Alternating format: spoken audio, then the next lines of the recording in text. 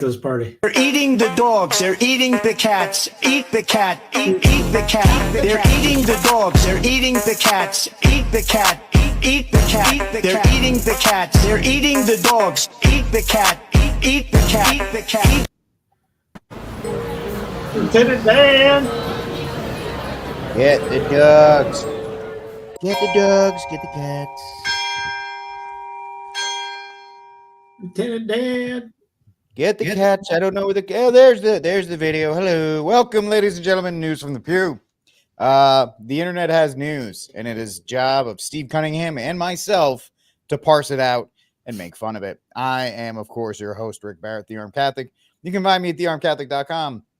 First class firearm and training with a foundation of Catholic tradition, because the two are compatible. We are a couple days out from the launch of that book right there, The Armed Catholic, which you can get on my website, thearmedcatholic.com, or at amazon.com. Just type in The Armed Catholic. It's $15.99, not $24. Somebody's selling it for some different price.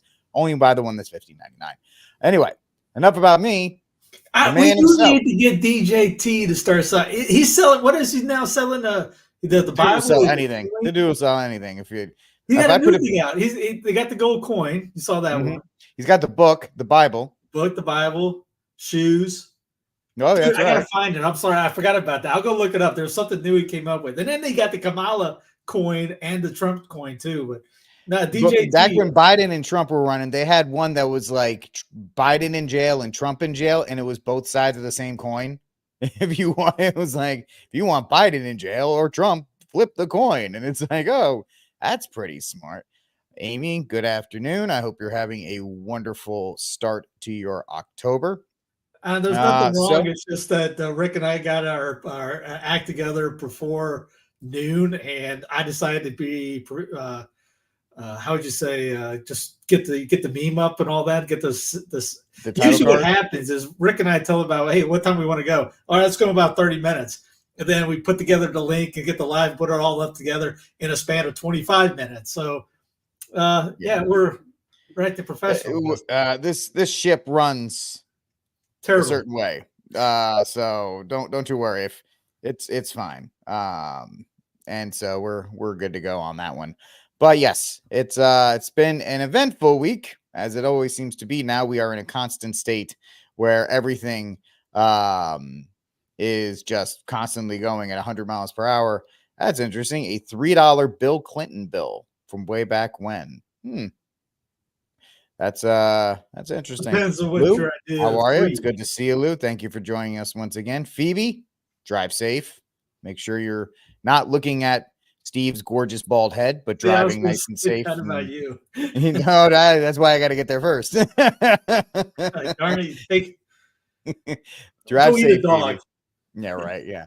No, I cause accidents not because of my good looks. But anyway, that's neither. Hence, it's conversation for another time. Ladies and gentlemen, this is a wannabe family show. No, I mean, kind of. It's a show that people can watch, and we try to keep it as clean as possible for those who would like to watch. But was not clean this week was Milton, and we might as well just have the biggest one, the biggest story. He found the stapler. Just kidding. What? What is the stapler thing? I don't get it. Is that from Office Space? I was about to say, okay, is that from where? Oh, because his name was Milton. Got it. Okay. I'm going to burn the house. I'm going to burn the building down. I will burn this. I will burn it. I will need my stapler. We rectified the problem. We took care of the issue.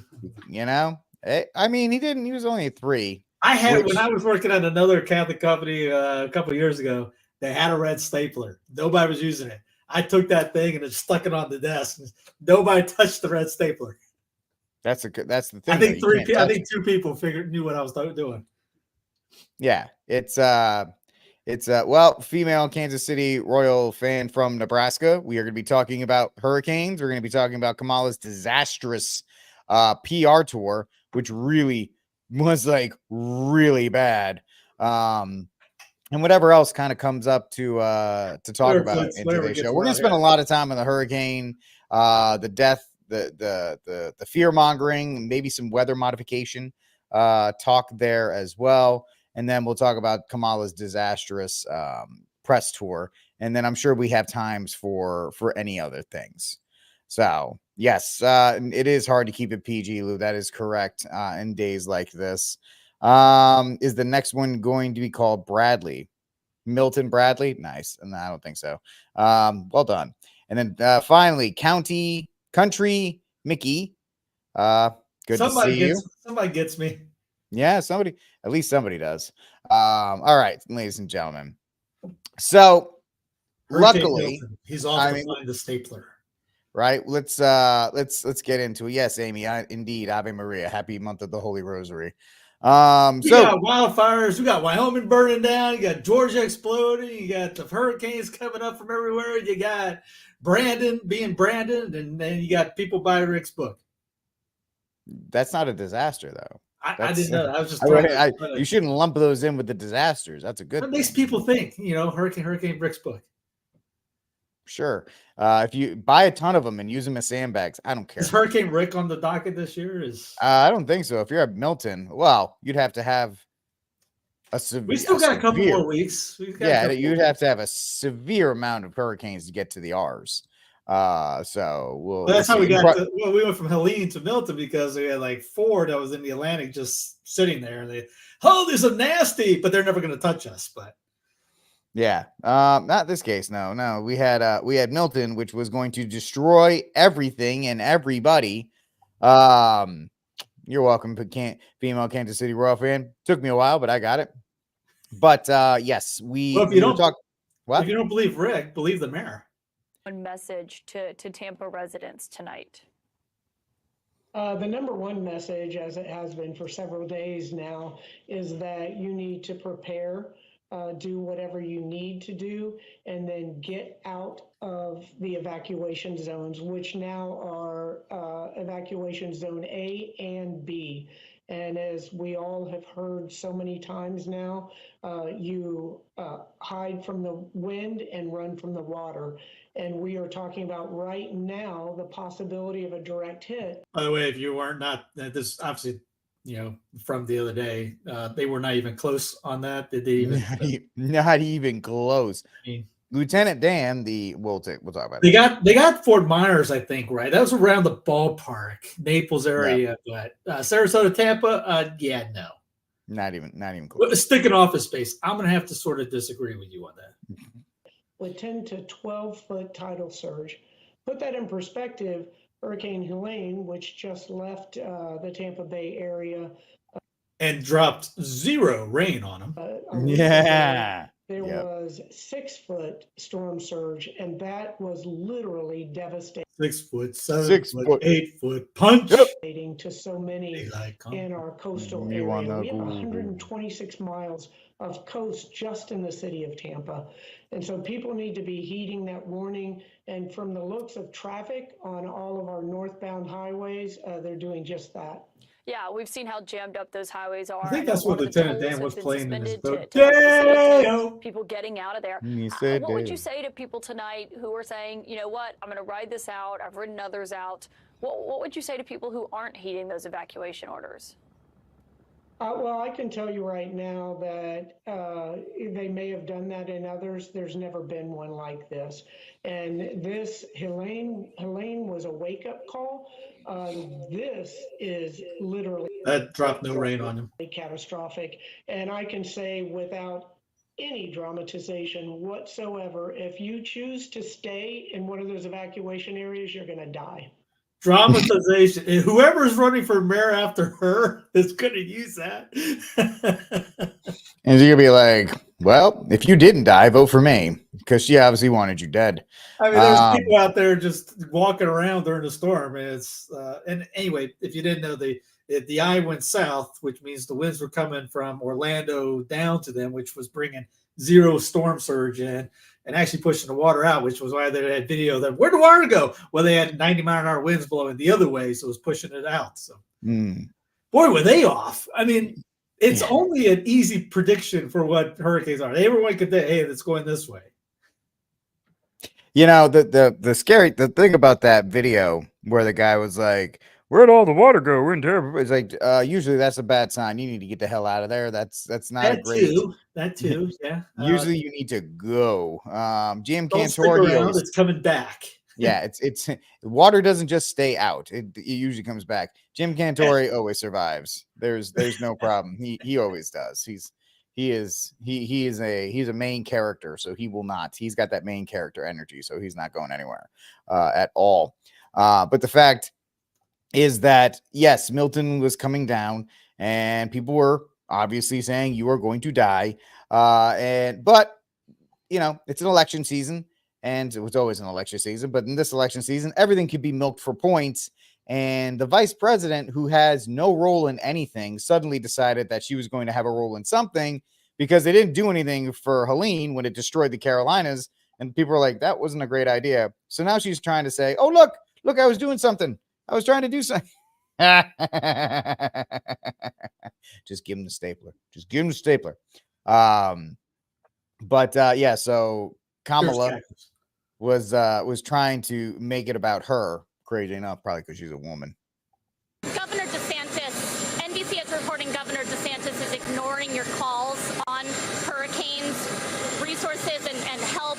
How does that hurt the situation here? You know, moments of crisis, if nothing else, should really be the moment that anyone who calls themselves a leader says they're going to put politics aside and put the people first. People are in desperate need of support right now, and playing political games with this moment in these crisis situations, these are the height of emergency situations, is just utterly irresponsible, and it is selfish, and it is about political gamesmanship instead of doing the job that you took an oath to do, which is to put the people first. Madam Vice President. Preach it, These Ron. are focused on leveraging all resources available, including from the federal government. And I've been in touch with both FEMA and the president, as well as marshaling all our state agencies and working to support our local communities. And so for Kamala Harris to try to say that my sole focus on the people of Florida is somehow selfish is delusional. She has no role in this. In fact, she's been vice president for 3.5 years. I've dealt with a number of storms under this administration. She has never contributed anything to any of these efforts. And so what I think is selfish is her trying to blunder into this. No. And here's the thing. She has no role.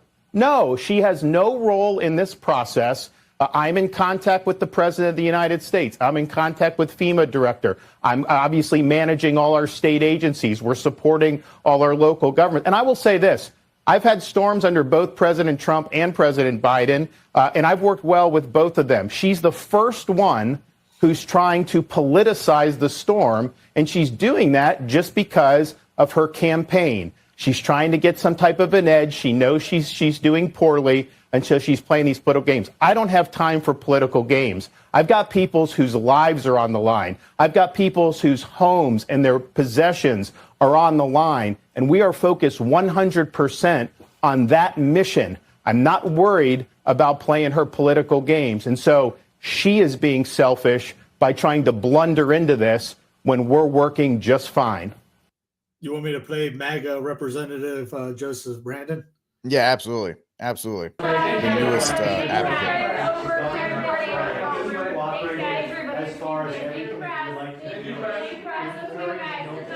The governor of Florida has been cooperative. He said he's gotten all that he needs. I talked to him again yesterday, and I said, no, you're doing a great job. It's all being done well. We thank you for it. And I literally gave my personal phone number to call. So I don't know. There was a rough start in some places, but every governor from Florida to North Carolina has been fully cooperative and supportive and acknowledged what this team is doing. And they're doing an incredible job. But we got a lot more to do. Yeah, that's I love the fact that he just doesn't care anymore. Now that he's been kicked out. PRB back to DeSantis, PRB. Yeah. Well, I mean, he's probably got his Ron DeSantis hat. I'm surprised he's putting his Ron DeSantis hat on before doing that press conference.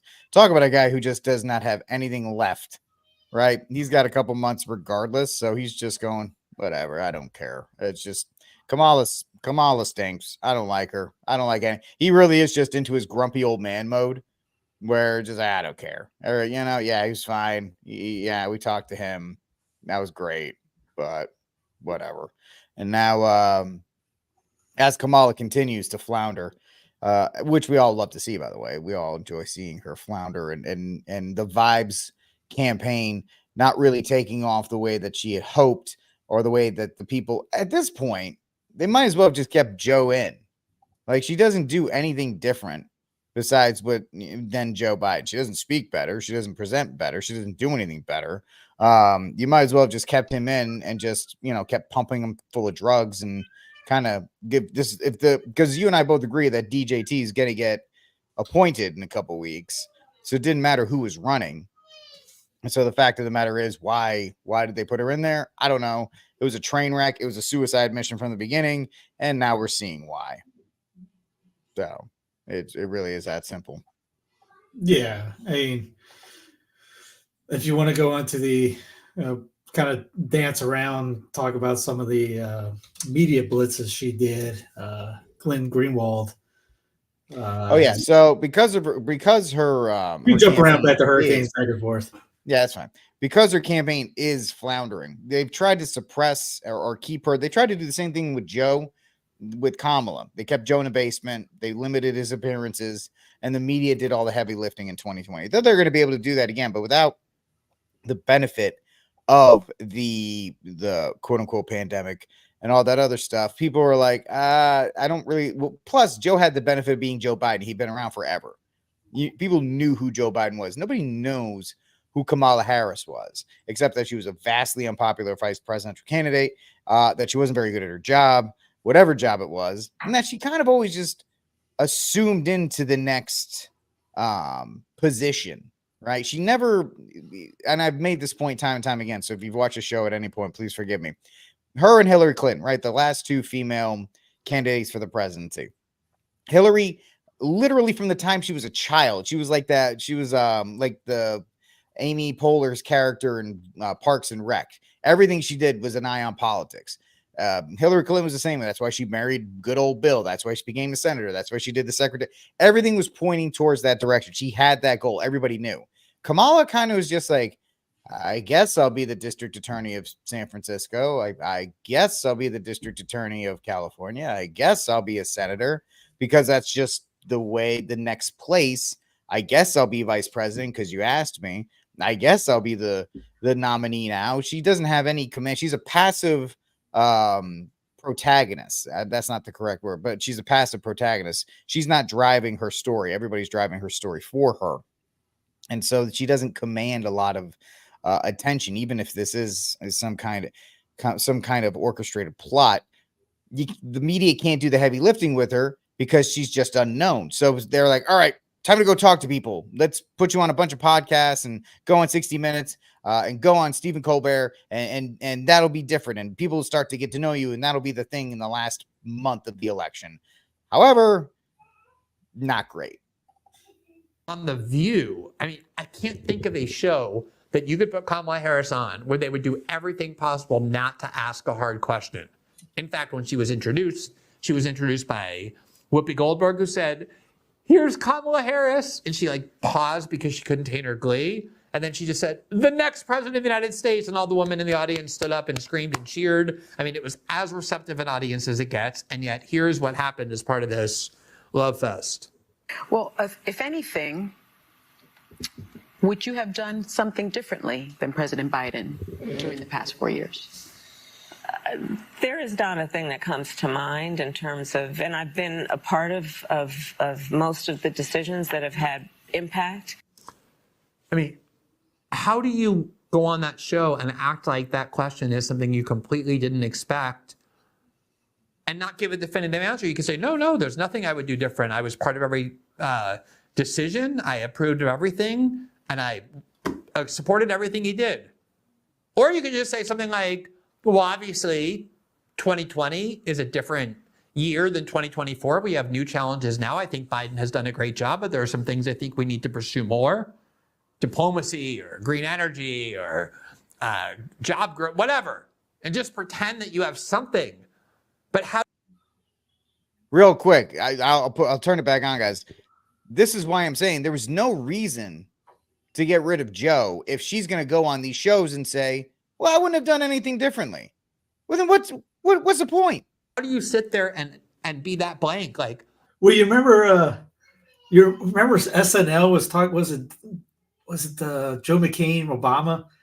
There was a spit that Will Ferrell did when he's going, when you think of me, I want you to think of him, Bush and Cheney, or it was McCain and Bush. When you think of Cheney or McCain, I want you to think of Bush. And McCain's like, no. Yeah. At what point is there any difference? So I don't know. I never thought about it before, what I would actually do different than the sitting president. Nothing comes to mind right now. Maybe I can get back to you by memo in a couple days. And the thing that's amazing about that is, aside from the fact that she's running as a change candidate, you can't articulate even a single thing she would do different than the status quo. Her running mate is an extremely unpopular incumbent president who had to be threatened out of the race by Democratic elites because it was so inevitable that he was going to lose. So to not have any idea of how to distance yourself from him without looking like you're betraying him is just such a indication of how empty she is. I'm not even saying it means she's a dumb person. I don't think she is. I do. I just think that everything she's done over the last 3 months has been about everything other than focusing on anything substantive to say or think. Out of fear that anything that comes out of her mouth that sounds like a policy will alienate people who she doesn't want to alienate. Maybe the only place you could go, aside from The View, that would even be more obsequious and comforting would be The Late Show with Stephen Colbert. So she went there as well. Catholic Stephen Colbert. And here is, she at least tried to answer. She didn't say, nothing comes to mind. She actually tried to pretend she was giving an answer, but just listen to what it is that she said. Of course. Polling shows that a lot of people, especially independent voters, really want this to be a change election, and that they tend to break for you in terms of thinking about change. Do they? You are a member of the President's administration. Under a Harris administration, what would the major changes be, and what would stay the same? Sure. Well, I mean, I'm obviously not Joe Biden. I know. And so that would be one change in terms of, but also I think it's important to say. Okay. Can you believe what she just said there? She said, well, one big change is I'm literally not Joe Biden, meaning I'm not him. I'm a different human being. I have a different name. I have a different genetic makeup. He's in one place. I'm in another. So one big difference is that he's someone and I'm someone else. That is really the extent of her answer about what the question was not a bad question. People want change. You keep saying you're going to bring it, but you're part of this current administration. So what would be different between you and he? What would you do differently? And she's like, well, obviously I'm not him. I'm a different person, different name, different social security number, different date of birth.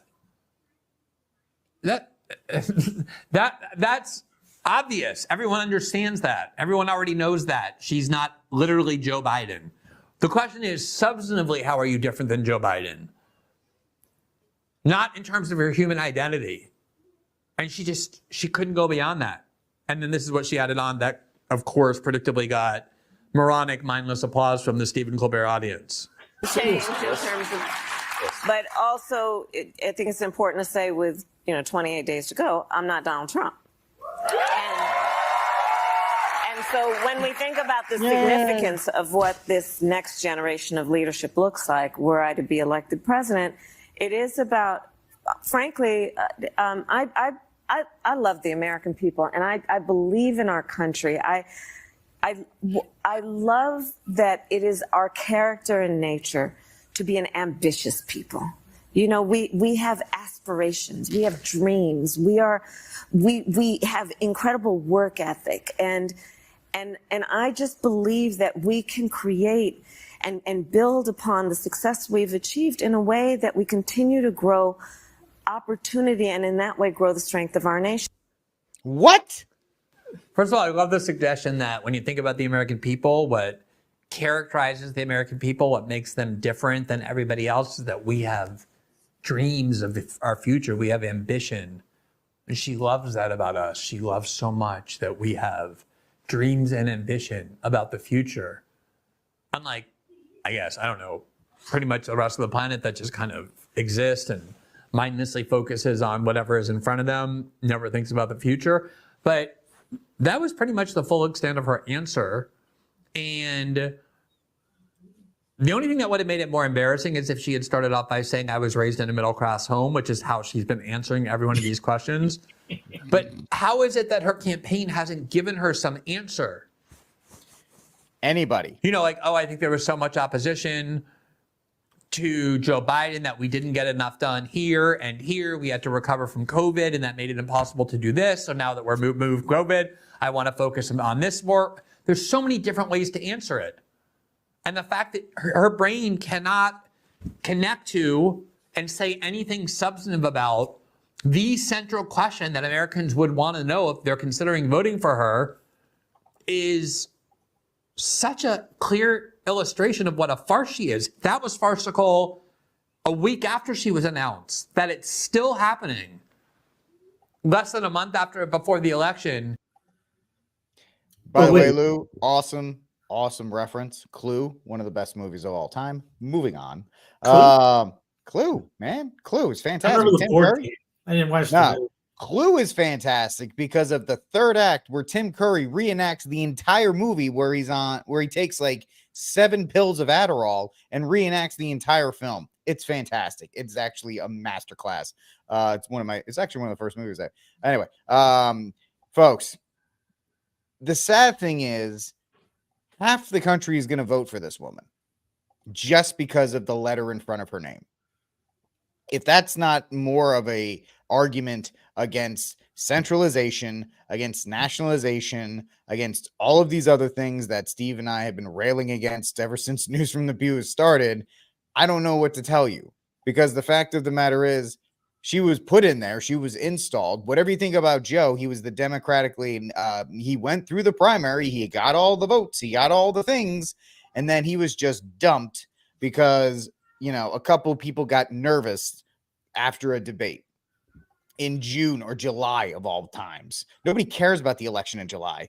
But the fact is now you have this garbling dump truck of a politician who, and I'm trying to be as nice as possible when I say this.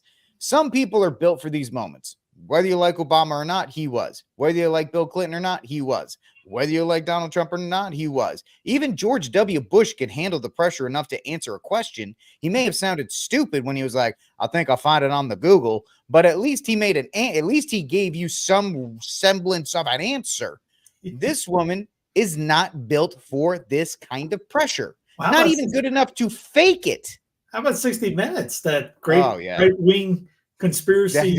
That right-wing utopia that is 60 Minutes. Democracy best served by President Biden stepping down and basically handing you a nomination. I admit, when I heard this first, I had to go in and check, did this get edited? Because I'm going, there's no way they asked this. You didn't have to go through a primary process. You didn't have to fight off other contenders. That's not really the way our system was intended to work. President Biden made a decision that I think history is going to show. Like they don't have cue cards behind her? Among leaders, which was to put country before self. And I am proud to have earned the support of the vast majority of delegates and to have been elected the Democratic nominee. I am proud to have received the endorsement of leaders around this country from every background and walk of life to fight in this election over the next month for our democracy. But I think this truncated process is why people think or say they don't really know who you are. Order for years. And so I know this is not a problem that started with your administration. Correct. But there was an historic flood of undocumented immigrants coming across the border the first 3 years of your administration. As a matter of fact, arrivals quadrupled from the last year of President Trump. Was it a mistake to loosen the immigration policies as much as you did? It's a long-standing problem. And solutions I will answer that by not answering that. are at hand. And from day one, literally, we have been offering solutions. What I was asking was it a mistake to kind of allow that flood to happen in the first place? I think the policies that we have been proposing are about fixing a problem, not promoting a problem.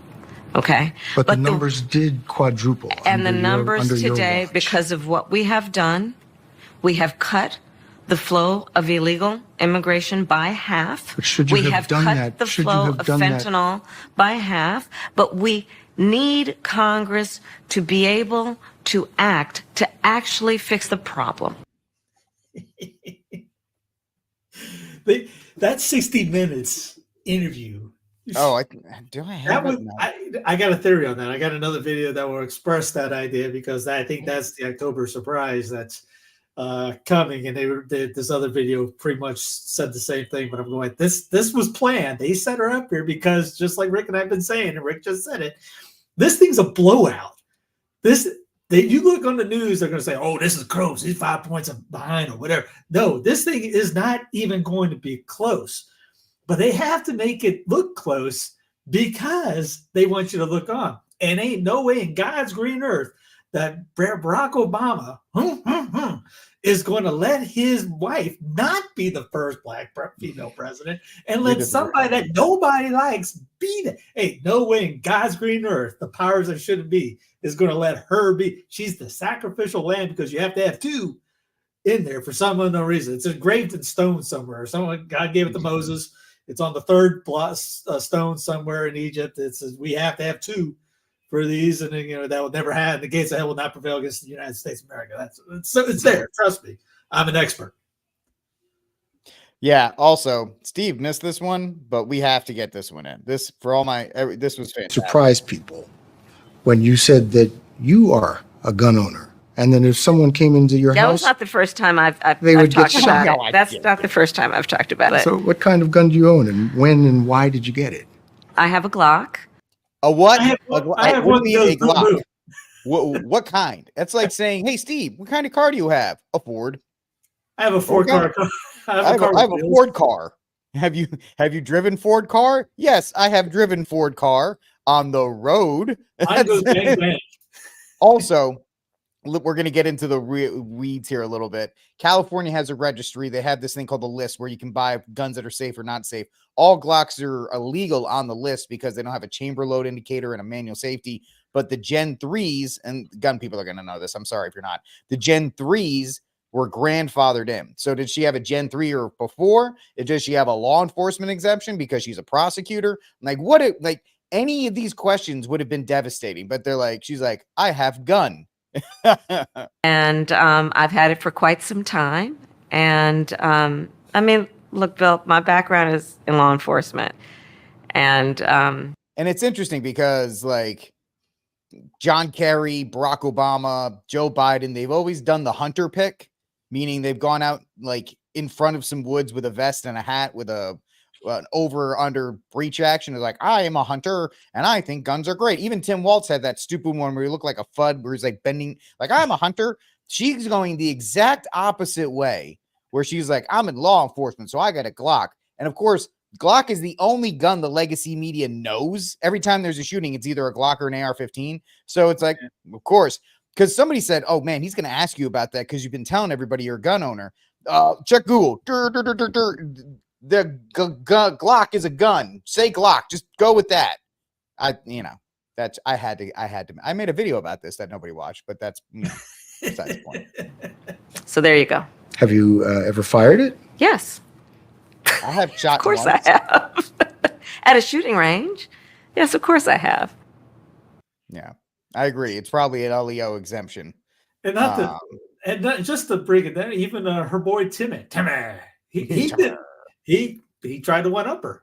Trump says that you and your administration here in Minnesota has been dangerous. By the way, this is a great endorsement that Tim gives for Trump, by the way. If anybody caught that. Liberal. Radical left, he calls it. So what do you say to that criticism that rather than leading the way, you in Minnesota are actually out of step with the rest of the country? President Trump may be referring to that that our children get breakfast and lunch in school so that they can learn. He may be talking about we have a paid family and medical leave policy that was promoted by the business community. Donald Trump spends his time tearing down states rather than lifting up the things we do, the best of it. Donald Trump's critiques of that, not only are they wrong, but I'm waiting for what is his solution. Here in Minnesota, we're so optimistic we walk on water half the year. And why is that an endorsement? Because he just submitted that Trump lets the state be Minnesota. Yeah. J.D. Vance, you said I'm a knucklehead at times. And I think you were referring to the time that you said that you were in Hong Kong during the Tiananmen Square unrest when you were not. Yeah. Is that kind of misrepresentation, isn't that more than just being a knucklehead? I think folks know who I am, and I think they know the difference. They know I'm a pathological liar. Between someone expressing emotion, telling a story, getting a date wrong. That's getting it wrong. I mean, I knew where I was in a lot of moments of my life. Going, I don't know if I You're not a knucklehead, I was Steve. a combat. You're not one of them knuckleheads. By rather than a pathological liar like Donald Trump. But I think it comes down to the question of whether you can be trusted to tell the truth. Yeah, well, I can. I think I can. I will. I accidentally said I pitched a perfect game in the 1926 World Series because I was in the heat of the moment. I'm not a liar, though. Own up to being a knucklehead at times, but the folks closest to me know that I keep my word. Yeah, it's that whole hey, just look at me, I'm a dope, I'm not knucklehead thing because his whole job is to be the dumb Homer Simpson dad to make Kamala look good, to be the dumb Midwestern, hey guys, and then I don't like spicy food and all these other kinds of stew. Like he's every male white stereotype the left envisions walking around, complete with the bald head and all that kind of stuff. It's just, it's kind of sad to watch in real time. But once again, he was the only guy that would take the job. He was the only guy. He was probably 12th in line. And remember, Kamala even said, I was so tired the day I picked him. I just picked him. It's like, you're supposed to be the leader of the free world, and you were tired when you picked Tim Walz. Well, here's how that running mate. Please, somebody pick up. Hey, yeah, right. You got Tim. Fine, just give him whatever he wants. Pete Buttigieg. You want it? He's not answering my call. Shapiro. Oh no, Shapiro. He's got a funny hat. We can't have him on. Even though he would have been a far superior. I hear they asked Snoop Dogg, but he turned it down because he was on The Voice. Snoop Dogg was in the fish bowl when they called, or else he would have picked up. Hell, even Aaron Rodgers, he would prefer to be a vice president now because he can't throw a pass anymore in the Jets. But yet this was the guy that was like, he probably didn't even know. He was like, who's this? Oh, it's Kamala. Oh crap! You want to be my VP? Yeah. I would assume that was all play. Here's that video.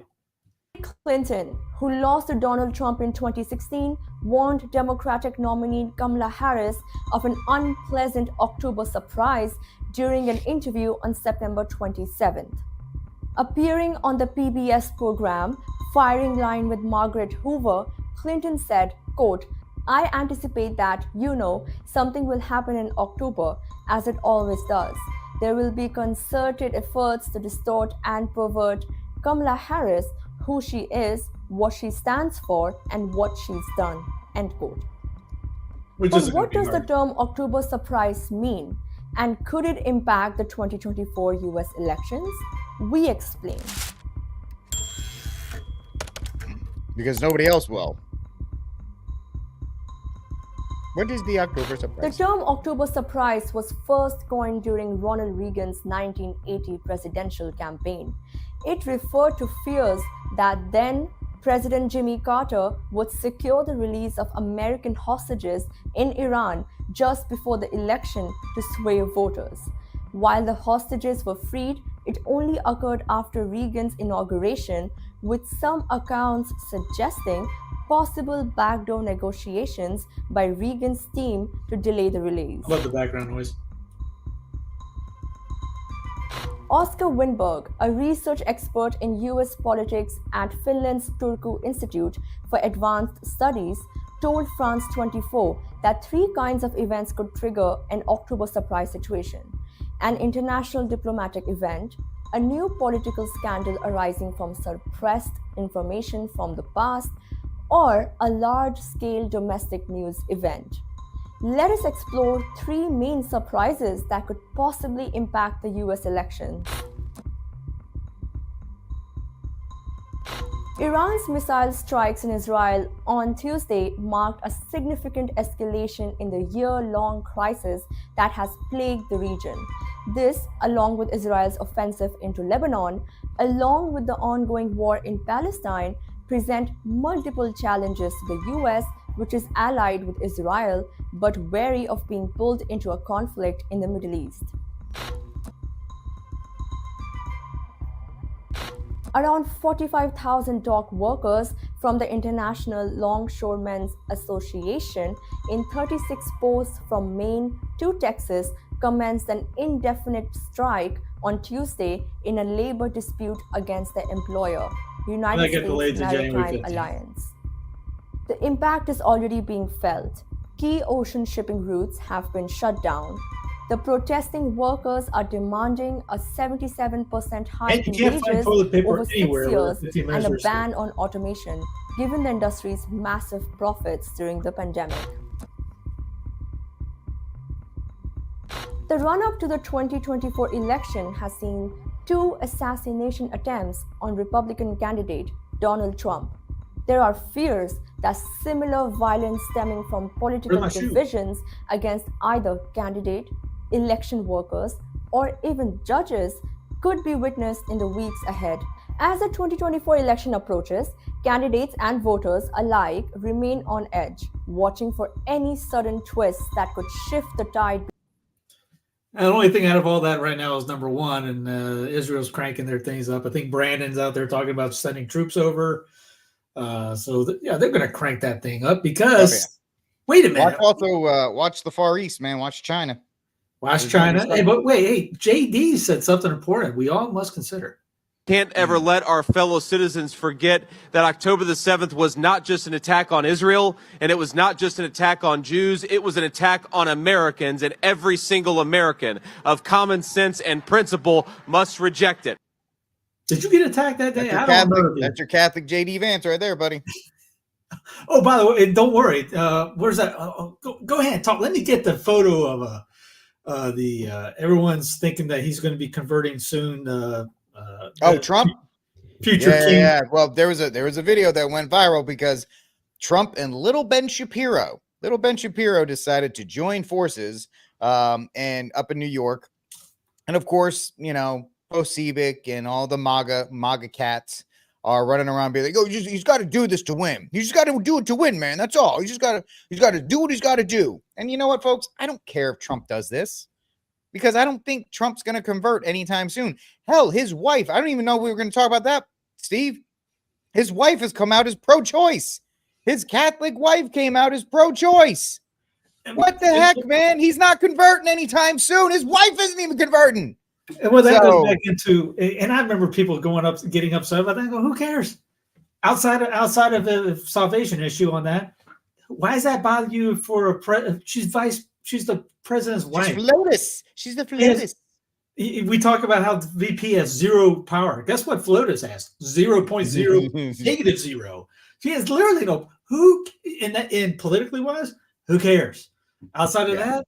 Obviously, like one priest said, hey, we should be praying for Brandon's conversion, Trump's conversion. All those guys, everybody. This whole Catholic insanity is going on. Catholics for Trump and all this. Hey, that's great.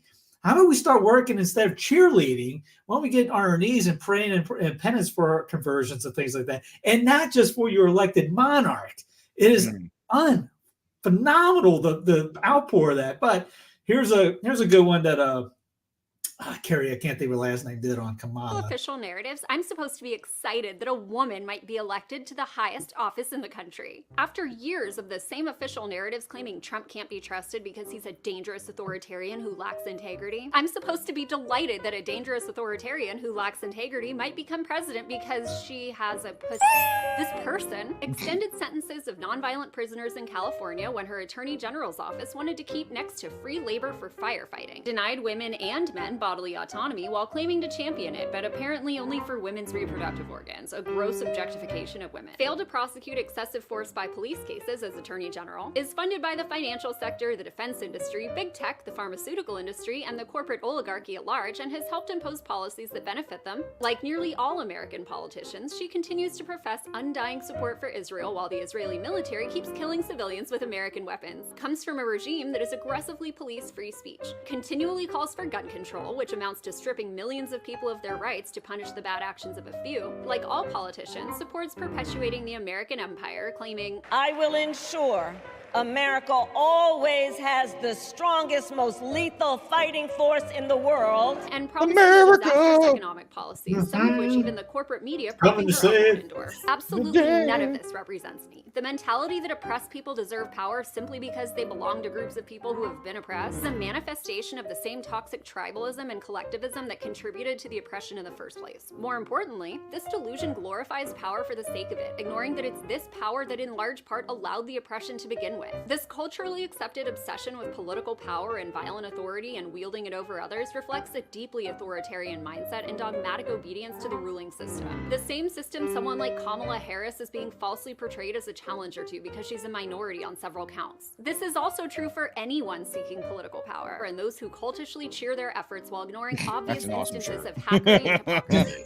If you actually want empowerment for women or anyone else, you'll have to stop seeking power over others through violent institutions run by corrupted, evil people, no matter what collective they may belong to start judging people by their actions, not excusing their corruption because they belong to a collective you like and spout rhetoric that appeals to you. No matter your political beliefs, if you want true freedom and respect for humanity, the only way to get it is to evolve past the system that has inherently denied it for so long, not seek power over that system and by extension your fellow humans. I, for one, will not be participating in glorified yet primitive rituals that give the peasants an illusion of control and empowerment as they consent to their own oppression. Not even if it lets little girls believe that they too can wield violent authority, drone strike civilians, prop up oppressive regimes, empower the ruling class, and run the world. Again, centralism. Yeah, pretty much same authoritarianism with a dress. That's really what you're. And if you think that works out well, look at New Zealand, look at any of the other, look at Germany, look at all these other places that have elected a female, and see how well it's worked out. You don't call her Kamala for anything. She's a former prosecuting cop, apparently. Remember, she'll tell you that too. That's why she owns a Glock, because she's a prosecutor. Man, right? Centralism. You stop worrying about DC and worry about local. You don't have to worry. And she brought up the great points about one side fighting the other side. He got a soft civil war every 4 years. That's why you got angry people. That's why you got everyone's hating. That's why you got people that go on other people's lawns and punch out their little Trump signs or Brandon signs or whatever, because people get angry, but they have no clue what's going on in their backyards. But they're going to get all upset about their boy in DC is going to change the world, even though there's on record, his baseball card stats show that nothing got changed and it's just the same thing over and over again. But hey, yeah. MAGA. I mean, just keep voting, hoping, and coping at this point. Hopium. Well, Corbett has a great one on. It's literally called hopium. It's a great drug. Yeah, it really is. It keeps everybody locked in. It keeps them locked in just long enough for the American attention span. 1 month. People have been campaigning for 5 years. It all comes down to October. It just comes down to the month of October, how much they're going to pay attention to it, and and what's going to happen this month that's going to change people's outlook. And it's considering what you saw with the hurricanes and response to it, it shows North Carolina has a Democratic governor who does not give a crap about the people in his state. And so all of Appalachia, has been left to its own, thanks to many great charitable organizations, including the Martyrs Walk, which I'll talk about in a little bit, have been going out to assist the people in that state, local, as Steve says, are the only reason those people have a chance. Now, contrast in Florida. Do I think Ron DeSantis is perfect? Nobody on earth is. But at least the guy gets it. The guy gets that he is in charge of the entire state, whether you're a Democrat or Republican, and he's taken steps to try and mitigate the disaster as much as possible. And that's example of local leadership, right? You either have one that doesn't care about you and wants to play politics, or just, says, whatever, that's the western part of the state. I could give a rip about it. Now, luckily, Mark Robinson, as I've been following him, he's been doing a heck of a job trying to rally up, the local government to try and get out there and assist. But without a good local government, you're seeing where it really counts during disasters, during storms, during things like that. That's what you need. It doesn't matter who's in DC when there's a hurricane over your state, because they're going to be, believe me, the last ones to respond to it, as you all have seen over and over and over and over again. Speaking of local government, here's the sheriff. I can't remember what city he's in. I was going to say something about Biden and Harris. Yes, what were you going to say? Oh. But I don't like to curse. I'm scared there'll be little ears listening. Well, and you've been up here. You've been up here for how long? Just 2 days. 2 days? Sheriff hadn't left, and he's doing a fantastic job, so. That's right. I mean, Sheriff, you have been amazing. Thank you so much for all you do. I'm going to definitely get this up on social media, and we're going live tonight with Sean Hannity. But if you had a message for the White House and how they've handled the situation up here in North Carolina, what would your message be, Sheriff Wright? If you're going to do the things you've been talking about doing, we just assume you stay out of the way and let the good men and women around the mountain area and the foothills take care of our own, because you're nothing more. So yeah, that's we gotta get out of there before that one goes a little too sideways. But look, what did Steve and I said? You elect a good sheriff. You know what a good sheriff can do for you in times like these. Yeah. That's. I mean, and that's. I had a friend of mine.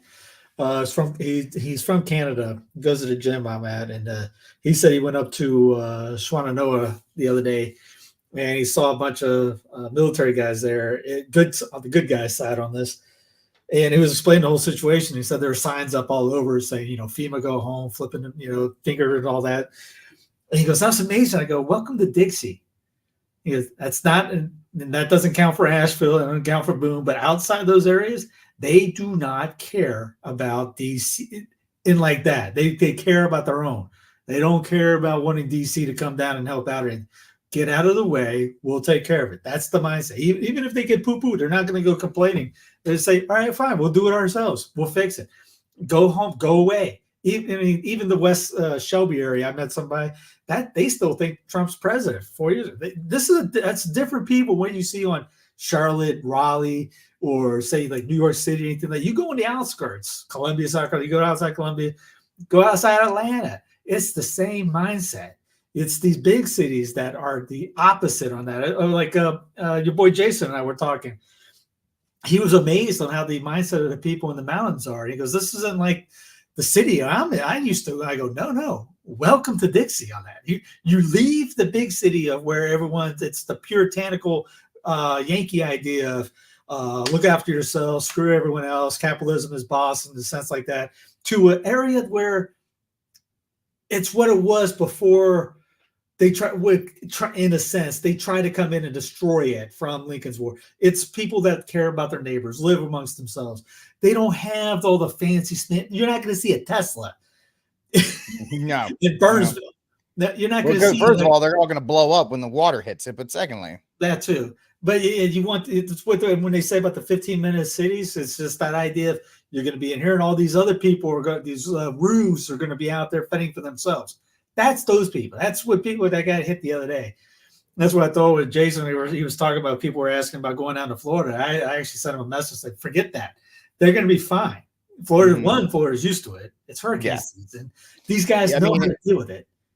Real quick, at this point, they go to what they do is they go to the Panhandle all the way up to the Alabama line, the Florida-Alabama line. They all stage there. They stage all their emergency stuff, all their electricians, all their stuff. They stage them out there. As soon as the thing blows through, they all come back down.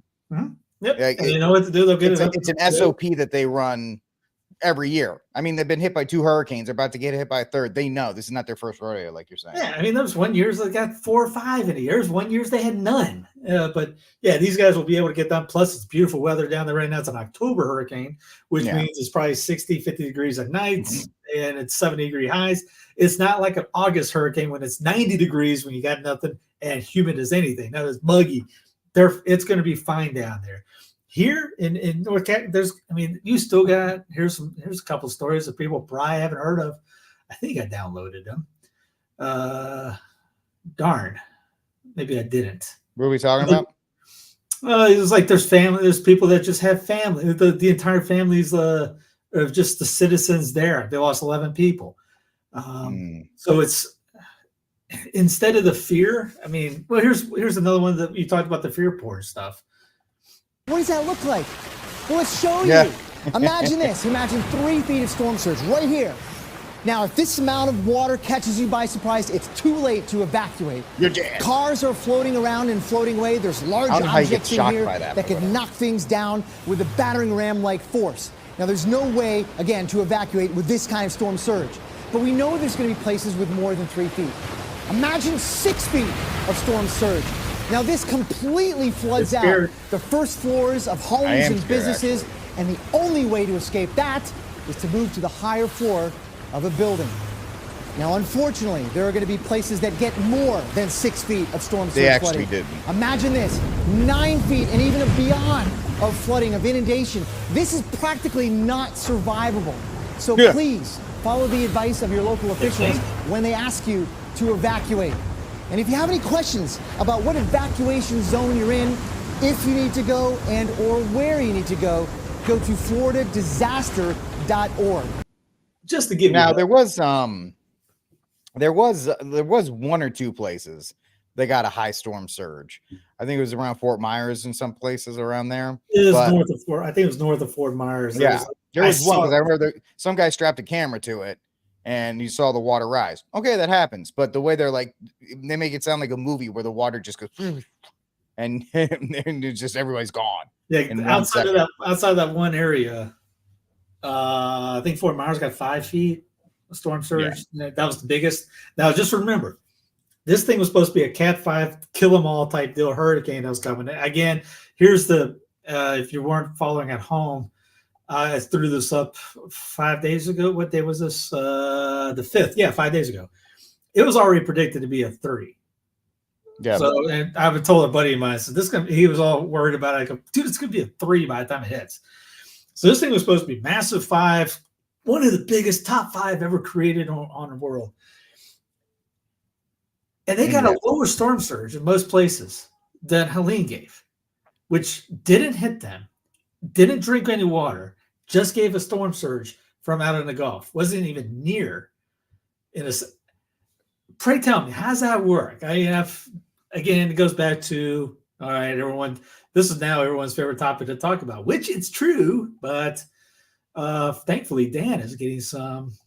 If you can do so, could you tell us about some of your recent discussions, conversations, briefings that you've had with political leaders from the states in question that have asked you what you think?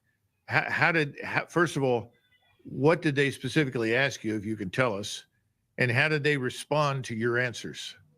Yes, Colonel McGregor, I had an hour conference call yesterday with the representatives and senators from the Carolinas, and we presented the data to them to answer their questions about how this manipulation occurs.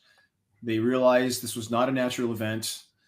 They're trying to digest the fact that their states were literally under assault from weather modification operations that are clearly connected with DoD operations, and we can speculate again on the agendas and objectives being carried out, but the fact that the storm was manipulated is absolutely inarguable. We know that technology to stop these rotations from even occurring has existed for decades with the manipulation of atmospheric pressure zones. HAARP in Alaska is one example many people are familiar with. That's an ionosphere heater. That's a weapon of mass destruction. And when he says weapon of mass destruction, this stuff could come out and take out your crops, your way of life, disperse people, things like that. And here's from 1980. Was it 95? I think it's 95. I apologize. Yeah, 1995. Sure. Another question on the in the interview with the Los Angeles Times on April 21st, you said that you told the Associated Press that the American government has created weather tampering techniques so that the New World Order will be able to starve millions of Americans and to control the rest. Would you explain what you were trying to say? Well, what I was trying to say is exactly what I said. There is weather control techniques. We have a complete package on that, which I did not bring, but I certainly will see to it that it is brought in for the record. Number one, the entire patents on the equipment. Number two, Senator Claiborne Pell's complete statement and story of his own that not only does it exist, that we even utilize it as far back as the Vietnam War. You might want to touch base with Senator Pell. I just want to repeat before we turn to So yes, but we do have all that information. You're saying the government has created weather tampering techniques so that the, quote, New World Order will be able to starve millions of Americans. Worldwide.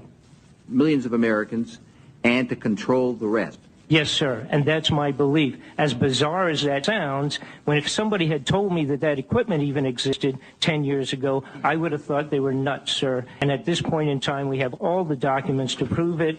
And if you think that 85 tornadoes takes place in the middle of our growing area by simultaneous accident, I'm sorry. With the equipment that's already set up internationally, and as bizarre as that is, it is proven and documented. We will supply you with those documents. As bizarre as that is, I would say that weather wars, and this is quoting actually Senator Claiborne Pell himself, that they are the greatest weapon ever created in the world, and that's the senator's own. Because if you have too much rain, your crops will rot. I got watermelon in the back. Obviously, that's not. We were all mourning for it. But you get too much water in that, they all rot. Peppers, same way. One of the guy, Millennial Gardener out of Wilmington, he put a video out thinking about just quitting the rest of the year because 2 tropical storms came through and pretty much took out his entire garden. He's got 800,000 subscribers and strictly about just gardening in the back. You have to, depending on the crop, too much water will destroy it. Too much wind, knock it over. You have the heat. China, was it during the Beijing Olympics? There's a story out there. I don't know if I put the link up. They were able to make sure that it did not rain during the opening ceremonies. Here's World Economic Forum. There was also the one out of Dubai. Oh yeah, everyone should know about Dubai. Yeah, they flooded it because of the cloud seeding. Yeah, crazy thing is cloud seeding's been around since the 40s. Oh yeah, and people still don't know about it, and they think you're kind of crazy when you say no. It's actually proven technology that's been used time and time again. This is from the World Economic Forum from February. The hurricanes may become less frequent, but more intense, prompting debate. They had a Category 6. Guess what they were talking about in local news recently? We need to maybe do a Category 6 because this thing got so strong. It was 200 miles an hour, and I think that, yep. I mean, the fact that it expanded that quickly within hours is just funny. I'm not going to say, I'm not going to be like, we'll show the temperatures around. It was mid-80s on land. Mid-80s. Yeah. It's not like August where everything's warmer. It's October. It's in the fall. Yeah. Which, I'm not like Marjorie Taylor Greene where I'm like, they did it. I'm just saying it's particularly odd. Here's Beck. He finally jumped on the bandwagon where alternative media has been at for about, a decade and a half. So welcome to the party, pal. Yeah, right. Here's that one, Robert Fisher. Here's a little scene from yesterday down in Tampa. People are losing their minds over the stadium. If you guys don't know Tropicana Field, they added the worst baseball stadium in Major League Baseball. Yeah, they added the roof not too long ago. And no, the roof was always there. The roof was always there. Was it always there? I thought they added it. They had to because Tampa gets rogue thunderstorms in the summer. You can't have an open air stadium. I couldn't remember if they had that thing. If they added it late, but anyway, that thing has been a dump since they opened it. Yes, yeah. I mean, the guys on the field can't catch a ball because it gets lost in it just loses it in the tarp, whatever you call it. Yeah, it gets up into the rafters because the rafters they have the walkways and stuff. So they got a fly ball, and they gotta be like, "Where's the ball?" It got stuck in one of the walkways. They're like, Yep. I guess it's a double. Many a time. Many a time. There was a leak in it a couple years ago, about 5 years ago. It was, thunderstorm was going through. It was leaking through it. They were losing it. What happened was they put all their laugh not to cry. They put all their emergency supplies in it. As this guy goes, someone thought that was a good idea to put it under a fabric roof during this.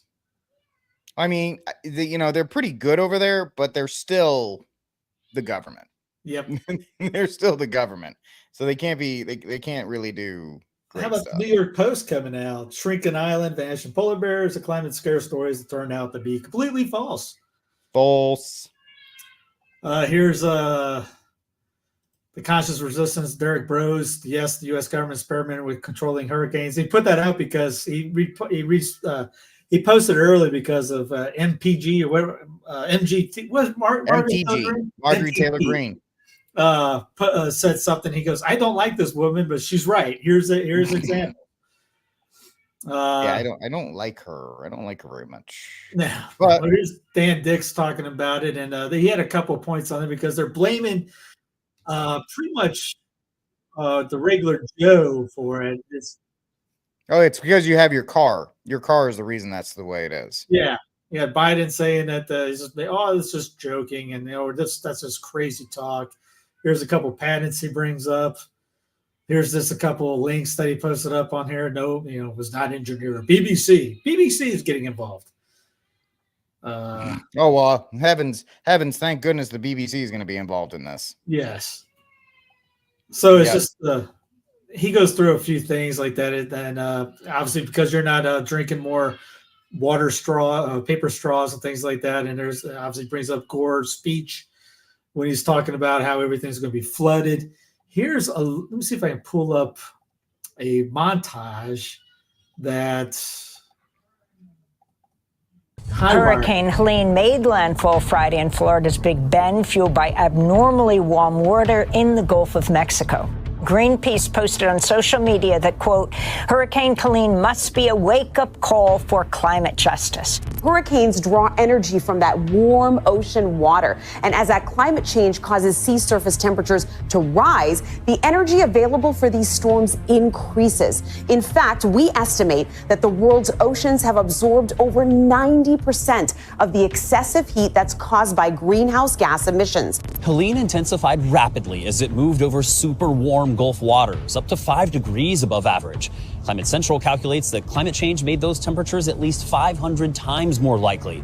Hotter ocean fuels these storms, causes them to intensify more rapidly, causes them to get much more powerful, and a hotter atmosphere because we're living on an currently overheating planet. So we get these intense rainfalls, which cause the sorts of flooding that's happening. So overheating, I needed a jacket today. Right now.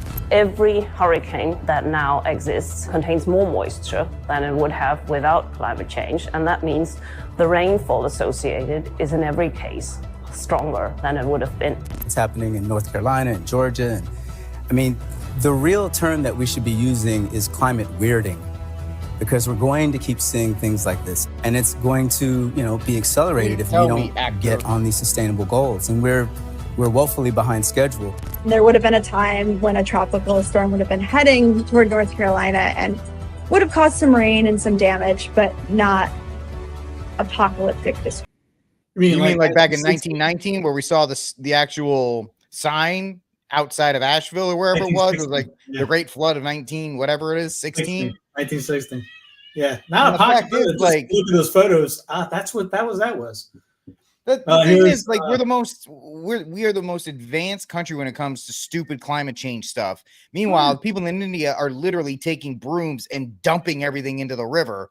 And yet, and in China, down there in China, they're making coal plants every single day. They're making more coal plants than we could even possibly imagine. They're firing those things up because they got to heat the population. And we're like, we're like the big, if you saw the meme with like the big dog and the little wussy dog, you got the muscular dog that's like India, we will push trash into the ocean. And then you got the United States, it's like your car has 2 little miles per gallon, so we have to make it not so good. And it's just, come on, man, shut up.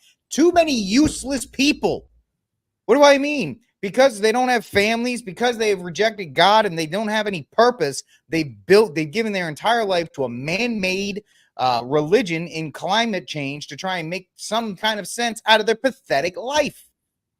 I'm sorry if that's harsh, but everything on the left, every version of religion that's there is some kind of outlet for the fact they've rejected God and they've rejected the family and they've rejected the sole purpose in life, which was to find somebody, marry, have as many kids as possibly can, devote yourself to the pursuing of getting to a holy death and a blessed eternity. Now, the fact that they've all completely gone away with this, they have to give themselves to some kind of stupid religion, whether it's abortion, whether it's climate change, whether it's gun control, or whatever the case may be, and then you get this stupid nonsense.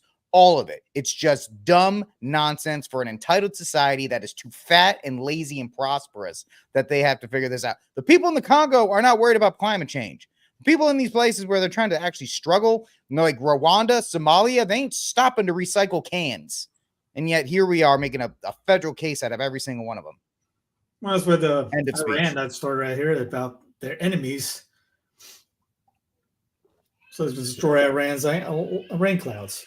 I wonder who did that. This is back in 2012.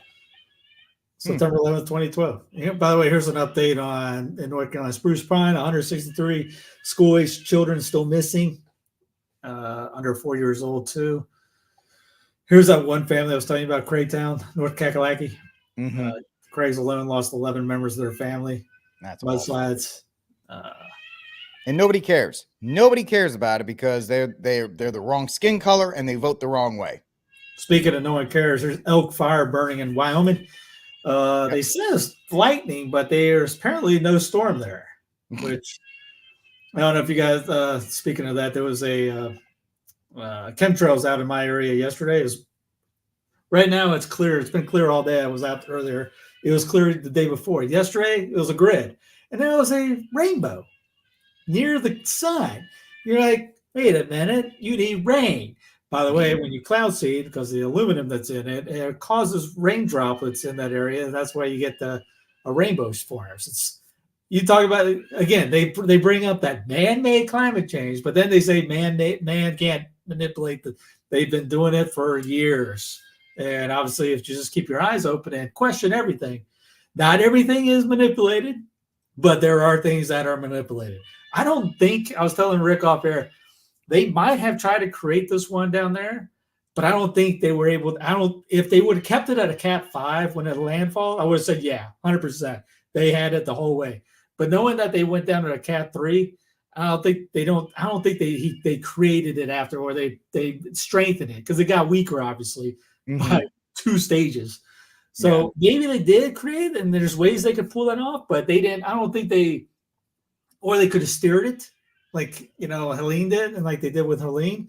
But, again, for it going down, maybe that was one of those, because Off Guardian had a thing, be careful, not everything's manipulated, because then you run the risk of then everything is, and then you pretty much get into the climate change stuff that it's almost like a bait. They're kind of baiting you in on that side. But yes, is it? Yeah, they're spraying the skies. Look up in the air. There's that documentary. What are they spraying the skies with?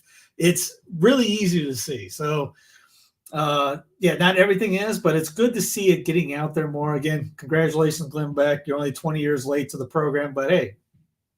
Yeah, and it's not a paywall. You can't read what he writes unless you join or something like that. The problem with it is that they've done a great job of, when you talk about, hey, cloud seeding and stuff like that, the things that people have known for decades. They go, what do you mean? What do you mean? That's got to be a conspiracy theory. Do you think the Jews do it? And then they go so far to the left that even if you mention something that has patents and actual scientific data behind it, everybody just says, "Oh, well, you're just crazy. You're just." They're on CBS talking about how they do it for the Colorado River and then increase the snowfall and things like that. I go back to the one in. I go back to the one in conspiracy broadcast system.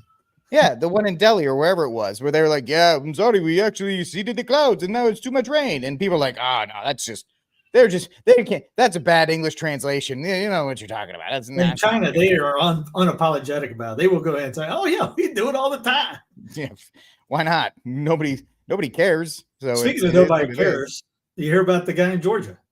Representative for Soil and Water Conservation I'm the first black man to be elected to this position. Since 1937, since the creation of Soil and Water. I worked in a field like this before. And catch my breath. But this company is called a COD. What I mean is, there's a chemical oxidant demand. They treat their own water. And the chemicals that they keep on property, sulfuric acid, MIBK, that will kill you. Everybody in Rockdale County need to go to the doctor and check out the blood for toxins. Yeah, no, the audio is terrible. I can't do anything about that one. But anyway, he's the one. He's been a whistleblower about the explosion down in outside Atlanta and Conyers, and he comes outside of he gives a statement and drops dead outside the courthouse. I think it was right over. And now to I guess you say a war update. Sure. Biden, Harris, Benny Netanyahu, the son of terrorist Mr. Netanyahu, discusses attack in Iran. U.S. considering launching airstrikes against Iran. Israel, most favored nation, kills 28 Palestinians sheltering at Gaza school. Hey, DJT, break down more of those Israeli prayers, please. Israeli kills 54 more in Gaza, escalates in the north. JD, hey, we're all Israelis. Nope. Israeli troops fire on UN peacekeepers in the south. U.S. thought risk of Russia using nuclear 50%. Hungary may delay G7's $50 billion loans in Ukraine, and so on. So if you want to look out more, again, just type in antywar.com. Have a drink. You're going to need it. And then you can be as black pilled as Steve. So just well, we can't get black pilled. We shouldn't get black pilled, but nope. Yeah, no. It's all just time. It's all things to pass the time. That's really what it is. As we get ready for all that, let me go ahead and just some honorable mention stories in here. Yep, let's get those wrap up stories. Let's get those in there. Yeah, a little wrap up stuff. Where did I put them? Here's Israel. Some of them are taxpayers paid for almost $23 billion in the last year alone. That's almost $3,000 for each and every Israelis. So you have absolutely no leverage on.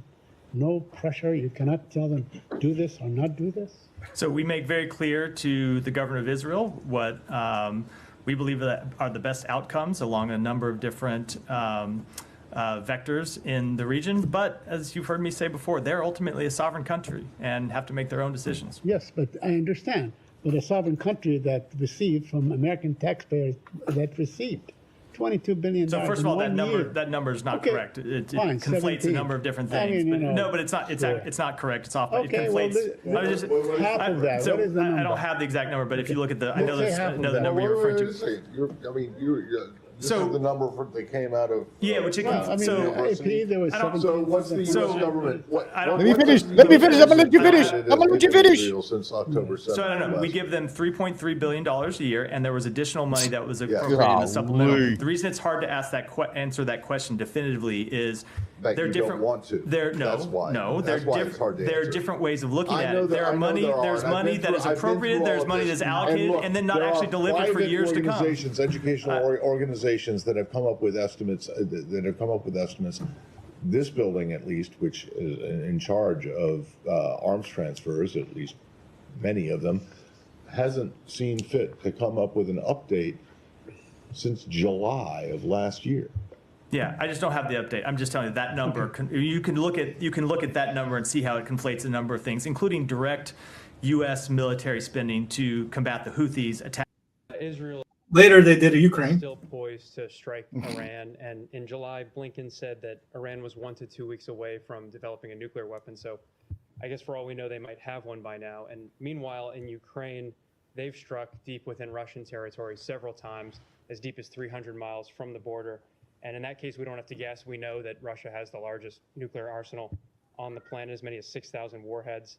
And so one of the risks of arming militaries that are striking in the territories of nuclear powers is that one of those gets deployed, and then it could escalate very quickly from there. So it's rarely discussed, but it's important to address that the nuclear risk is real, and it could very abruptly mean the end of what humans have worked for thousands of years to collectively achieve. And us today are very lucky to live with the fruits of that achievement, and I feel like we're treating the risks kind of brazenly.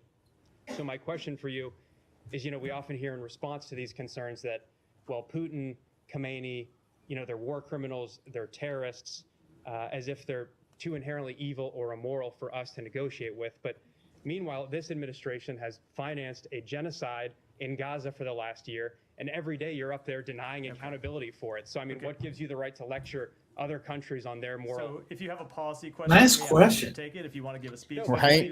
Places Dude, what are you doing here?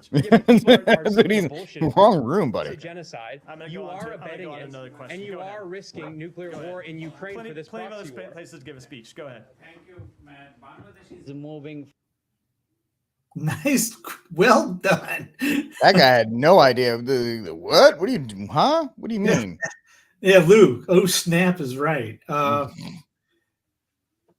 Yeah, wow. I don't have anything else besides that. Besides, this is real, but it's been a noticeable kind of like event 201 forecast track. Forecasters say this storm could be one of the strongest ever to hit the Tampa Bay region.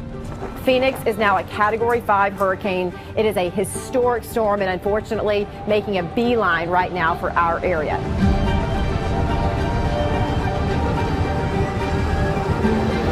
Oh my goodness. Weather outside is weather. You can look it up, Project Phoenix, on your own because it goes on for a few minutes. But the idea was it was a operation that prevent what would happen if a Category 5 would hit Tampa, and it literally had almost the right days. That was pretty good. I think October 12th, 13th, 14th, 15th was in the video. Obviously, it didn't hit as a 5, so maybe they saw that everyone's talking. Hey, they abort. Maybe hey, everyone's catching on quick. Maybe, but it was something that. Oh wow, there's an. They did something. They did a rundown like Event 201 and other things on this exact thing. The only thing they got different was the name and a couple days off. That's kind of okay. I think that was done back 4 years ago, 4 years ago, 5 years ago. I don't know. I'm kind of behind the curve when it comes to this stuff. Yeah. I'm not good at these things. I'm kind of like Kamala. Yeah, I don't have an answer ready for it. No, go ahead to your let's go ahead and wrap it up with the same cry room. All right. For my cry room, ladies and gentlemen, I hope I saved that. I hope I did. Let's see. Yeah, I did. All right. So for my cry room this week, I have one selection, and let's see. That is going to be as soon as I get this set up because I wasn't ready. I never am. That's kind of the story of this whole show. I didn't want to take any of yours. I'll let you go. So Joker 2, in case you know, the movie that was the sequel to it, not a bad film. I watched the first one in 2019. It was an interesting film. It was a nice one and done. Didn't need a sequel, but you know, it made $1 billion. So Warner Brothers said, give us a sequel. So Todd Phillips and Joaquin Phoenix spent $200 million to produce a sequel that pretty much poops all over the first one and dehumanizes the Joker. I can't even tell you what happens to him because it's so gross and absolutely disgusting. But yeah, that's my cry room. Way to go, Warner Brothers. Way to blow just hundreds of millions of dollars. My saint of the week, I have two of them. First saint of the week here is the Sisters of Aquinas. They survived the hurricane. They were down in the Tampa area. Great job. You know, glorious to see that they were okay. Nothing really bad happened to them, but, you know, want to give a shout out to them. And secondly, truly, if you know me, this is obviously my true saint of the week. Where is it? I got so much crap in here. The Waffle House. Waffle House is my ultimate saint of the week because the Waffle House has a better tactical command center than the entire United States. So much so that when the Waffle House said, we got to close this stuff down, that's when everybody really got nervous. Nobody really cared about like when the government was like, oh, it's going to be a Cat 5, like, that's fine. Then the Waffle House was like, dude, we got to shut down. And everybody went, mother of God, this is really a serious problem. But this, you know, really love the Waffle House, A, because I find their food is delicious, and B, you know, really showing how emergency management should be taken seriously. So I give Waffle House big props, homie. So that's my ultimate saint of the week there. It is truly the Waffle House. I wish I could play for my. I got a couple. I had another cry room. I don't know if Steve's going to use it or not, but yeah, the lesbian commander of the New Zealand ship. She sunk $100 million vessel. Whoops. Problem was she tried to parallel park it, and that's just not going to work. So this is what happens when you put diversity as the top of the line argument for your your military. Then it's like, oh yeah, she sunk $100 million vessel. Nobody's gonna care. Give props when props are due. Did you see the video that DJT put together on the military thing when he got the Full Metal Jacket? No. Yeah, I did not. All right. I'll give you the crime and then I'll put those up here for my first off. I saw this. Everyone's losing it over nationalism. This guy puts it up trying to do the America First thing. Notice the one country, one flag thing. Yep. I think most everyone is going to side with them on that one. Yeah. What I had the crime room. Oh, Saint of the Weeks. You already took my Saint of the Week. Was that? I'll go also. Which one was it? The Waffle House or the Sisters? Oh no, I meant crime room. My fault. The crime room thing. I was going to use him, but here's the Saint of the Week. New Yorkers. Ready. We're at the ambulance with the agent. We're going to get some info off him, and then we're going to head back. So, Russ, if you have Ryan, stay there. We're going to start making our way out here. Please, that's one thing about what Here is the. Now, I'm not going to go through the whole. I'm not going to play the audio for you because it's. You watched Full Metal Jacket before.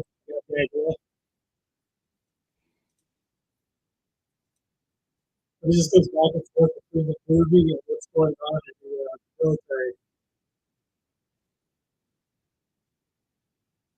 Yeah. Give me a war face. And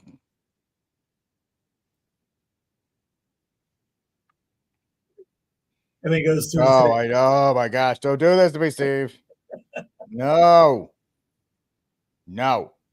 And then he goes, "You will be a weapon." And then obviously it gets into the weird stuff that goes on. But anyway, that was at a Trump rally. I thought it was fantastic. I wish I could play it because Full Metal Jacket was awesome. Great one. And everyone's favorite person on the entire weekend. God told me to come out here and get a boat. I came out here and got a boat. Will you be wearing a life jacket? Hell no. I'm in a boat. The boat goes up with the water. So even if the boat goes up 100 feet in the air, I'm going to be up 100 feet in the air with the water. So it's really the safest place in the world to be is on my boat. And I got room for one more female. Tomorrow we're going to come back by. It's not a voluntary evacuation. So if you're still here, it might be an issue. Last time it's voluntary. Okay. All right? Okay. Where are we going to go? You get shelter? I got 9 shelters that are open on your route. Well, if they change it to where it's not voluntarily, it's mandatory. If you come in, if I don't go, I'm going to be arrested. I'm not going anywhere because the safest place to be is on a boat in a flood. Okay, we learned that with Noah. I'm not nutty. I like the Noah way, even though what my father told me to do, and I'm doing it, and I'm being me.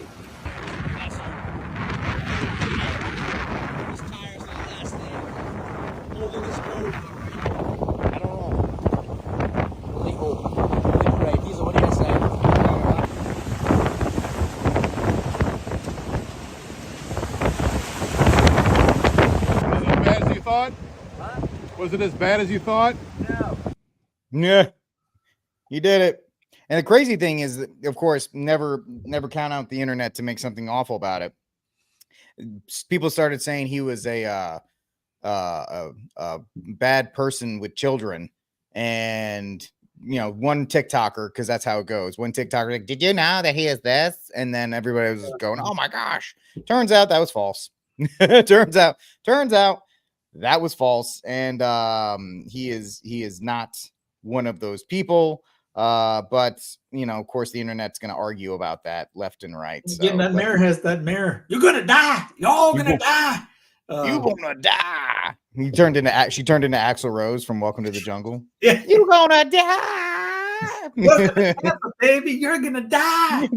I would love to play that guy, the weather guy, the fake weather guy video, but he got a little too cocky and threw a couple F-bombs in during it. So also, we're gonna throw in an honorary cry room. We're not gonna show it, but Gretchen Whitmer with this weird video that she put out mocking the Eucharist and the receiving of it, like today. Okay, thank you, Steve. I guess we are going to show it. Like, what in great Googa Mooga are you doing? Like, this is just gross. It just makes me, it's just icky. It came up a couple minutes ago before when you were talking. I was like, what is going on? Yeah. I mean, both sides just don't care about the election at this point. They're just whatever. They're just going to do whatever they want to do.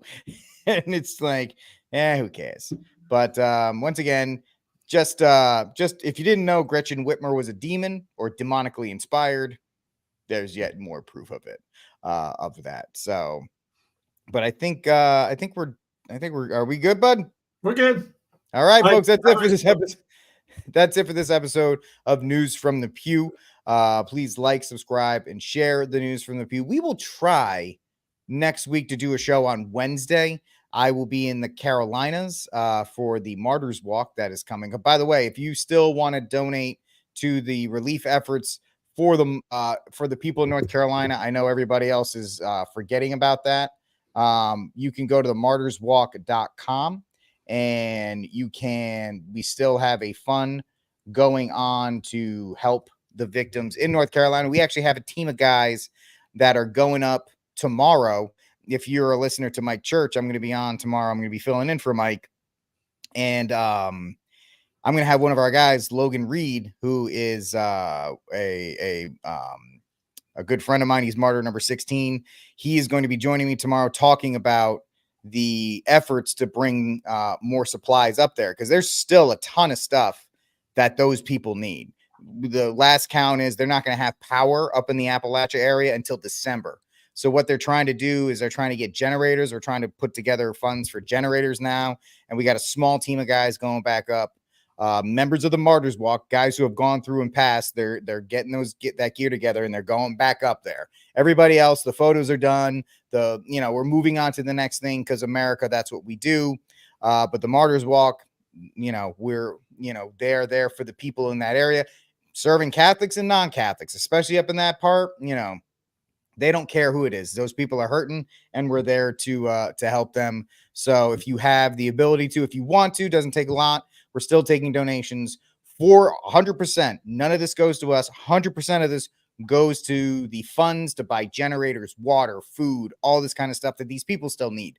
So if you'd like, please go to the martyrswalk.com. You can donate to the relief efforts to get gear together, because they're still collecting gear for the run they're doing tomorrow morning. If you want to learn about that more, my good friend Logan Reed, martyr number 16, is going to be joining me on the Mike Church show tomorrow, 8 a.m. Eastern time. All right, so I just want to make sure I got that last plug in. All right, folks, that's it for this episode of the News from the Pew. Please like, subscribe, share the News from the Pew, because that's the only way this show is going to actually grow. Not that we don't love you people, but we'd like more people to watch. So like, subscribe, share the News from the Pew. I'm Rick Barrett. That's the man himself, Steve Cunningham, the godfather of Catholic media. God bless, ladies and gentlemen, and Viva Cristo Rey. Buy my book. Eating the dogs, they're eating the cats. Eat the cat, eat the cat. They're eating the dogs, they're eating the cats. Eat the cat, eat the cat. They're eating the cats, they're eating the dogs. Eat the cat, eat the cat. Eat the cat, eat the cat. Eat the cat, eat the cat. Eat the cat, eat the cat. They're eating the dogs, they're eating the cats.